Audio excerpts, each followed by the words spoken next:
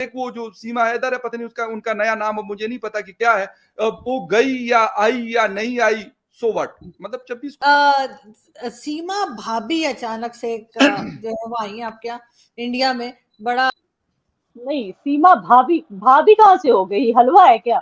हमने नहीं एक्सेप्ट किया उसको एज अ भाभी।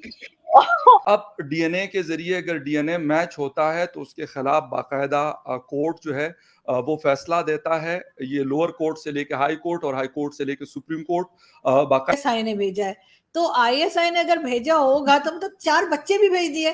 का मतलब है, देखिए इंडिया की लाख अच्छाइयां होंगी, हम सेक्युलर डेमोक्रेटिक नेशन है, लेकिन when it comes to refugees, illegal immigrants, हम बहुत ही इंटॉलरेंट है। और इस तरह की फेक आधार कार्ड बना के एंटर होना, ये सब ये हम नहीं एक्सेप्ट करेंगे एट एनी कॉस्ट, चाहे आने वाला हिंदू बन जाए या ऐसे कुछ भी कर ले। जी, करी थी इंडिया में आने के लिए, और अब एक बार उसको सिटीजनशिप मिल गई, वो तो धोखा देगी, उसको छोड़ेगी।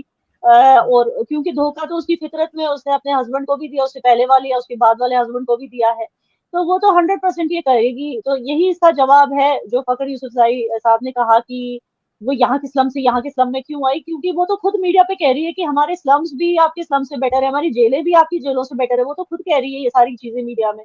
सो दैट भोले भाले इंडियन लड़कों को फंसाकर पबजी जैसे गेम्स पे, गेमिंग एप्स पे भोले भाले इंडियंस को फंसाकर वहां से लड़कियां आ जाती हैं। इससे पहले भी इकरा जीवानी आ गई थी, ठीक है, वो जाकर वो भी नेपाल के रास्ते से आई थी, बैंगलोर में सेटल हो गई, फिर पकड़ा गया, उसका फेक आधार कार्ड वो सब, फिर उसको डिपोर्ट कर दिया गया। अब सीमा हैदर आई तो आई 4 बच्चे लाई।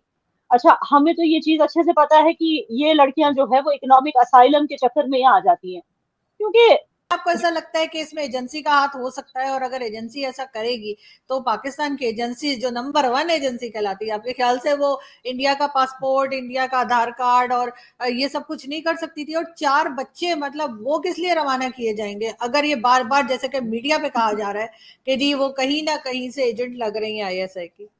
वहां के लोग या वहां के जो सिक्योरिटी वाले लोग होंगे वो यकीनन वो सारी चीजों को देख रहे होंगे। वो ये नहीं हो सकता कि फखर यूसुफजई क्या कह रहा है, आरजू काजमी क्या कह रही है, या नामीर साहिबा क्या कह रही है, कि मतलब ऐसा नहीं है। उन्होंने इन्वेस्टिगेट करना, और मेरे ख्याल में उनको करना बहुत जरूरी है, करना चाहिए।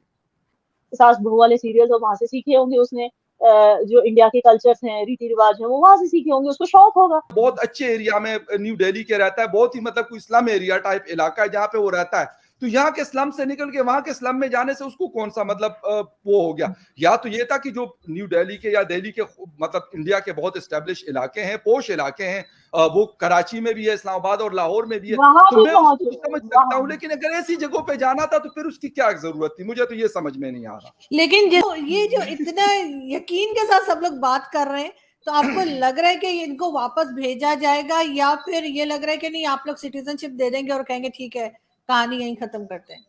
देखिए, एक ही चीज का मुझे यकीन है कि ये सीमा हैदर सचिन मीना को धोखा देगी बहुत जल्दी। वो बस सचिन को यूज करी थी इंडिया में आने के लिए, शक्ति, अर्धांगिनी, ऐसी सारी चीजें हमें खिताब दिया गया है as you know equal rights as men. तो अगर यही चीज आप लोग अचीव करते हो फॉर विमेन, बिकॉज जहां तक मुझे पता है out of 167 countries Pakistan is 164 in terms of women's protection, third worst country in terms of women's protection. तो फिर अगर आप लोग इस चीज पे काम कर रहे हो और लॉज एंड पॉलिसीज इंप्रोवाइज कर रहे हो, तो ये अच्छी बात है। एटलीस्ट हमारे यहाँ लड़कियां आना बंद हो जाएंगी, हमारे लड़कों को फंसाना बंद करेंगी। जी, उनके ऊपर तो मेजर गौरव ने जो है वो डॉक्टर इरशाद के सर की झूठी कसम भी खा दी थी कि मुझे नहीं